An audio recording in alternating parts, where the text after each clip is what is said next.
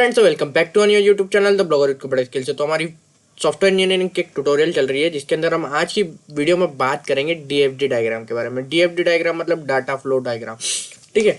Data flow diagram जिसके अंदर हम जानेंगे कि डाटा फ्लो डायग्राम होता क्या है और इसको थोड़ा सा अच्छे से समझने वाले हैं हम। तो आपने अब तक इस चैनल को सब्सक्राइब नहीं किया तो सब्सक्राइब जरूर कर दीजिएगा ताकि आने वाली वीडियो की नोटिफिकेशन आपको मिल सके। तो डीएफडी डायग्राम, तो डीएफडी मतलब डाटा फ्लो डायग्राम। तो डाटा फ्लो मतलब इसके नाम से ही हमको पता लग रहा है जहाँ पर हमारा डाटा का फ्लो होता हो। जैसे कहाँ पर होता है हमारा डाटा का फ्लो, जैसे कि आप मान लीजिए कि आप इंस्टाग्राम बना रहे हैं तो पर्टिकुलर एक डाटा का फ्लो होते जाएगा। कैसे?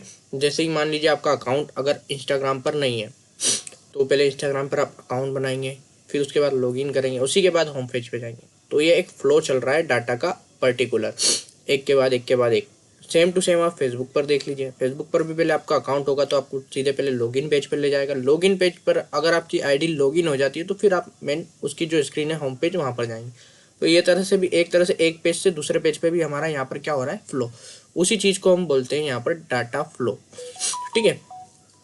तो यहाँ पर graph useful for communication with user management and other persons, क्योंकि मेनली इसका यूज़ होता है हमारा कि यूज़र को भी समझ में आए, मैनेजमेंट भी, और कम्युनिकेशन इससे हमारा और बेहतर हो। इसीलिए हम डाटा फ्लो डायग्राम का यहाँ पर यूज़ करते हैं, जिससे कि एनालिसिस भी अच्छा हो जाए हमारी एप्लीकेशन का, और इसी के बाद में वो सिस्टम हमारा बहुत ही अच्छे से काम कर सके। और एडिटिंग वगैरह भी हमको कुछ करना है, अगर एक डेवलपर है तो वो सारी चीज़ों को पर्टिकुलर देखेगा कि हाँ मेरा डाटा का फ्लो इस पेज से उस पेज पर ठीक हो भी रहा है कि नहीं।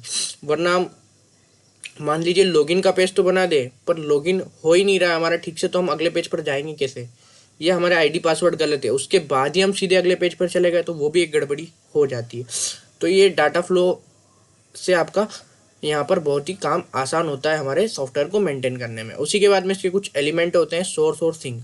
सोर्स मतलब होता है देना, और सिंक का मतलब डाटा लेना, जिस सोर्स को हमने डाटा दिया था वहाँ से उस डाटा को उठाना। तो इसको कुछ इस बॉक्स के द्वारा यहाँ पर दिखाया जाता है।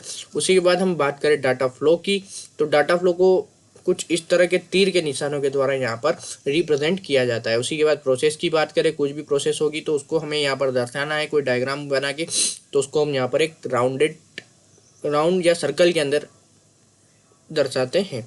उसी के बाद हम डाटा स्टोर की बात करें तो दो सीधी लाइनों से हमारे डाटा स्टोर को हम यहाँ पर दर्शाते हैं। तो कुछ ये एलिमेंट्स होते हैं हमारे डीएफडी डायग्राम के। तो इसके बारे में थोड़ा सा एक वीडियो और बनाएंगे हम आगे, जिसके अंदर इसकी पर्टिकुलर कुछ जानकारी और हासिल करेंगे। तो आई होप आपको आज की वीडियो पसंद आई होगी। तो वीडियो पसंद आई हो तो लाइक कीजिए, कमेंट कीजिए, शेयर जरूर कीजिएगा। तो चलिए मिलते हैं अब हमारी अगली वीडियो में।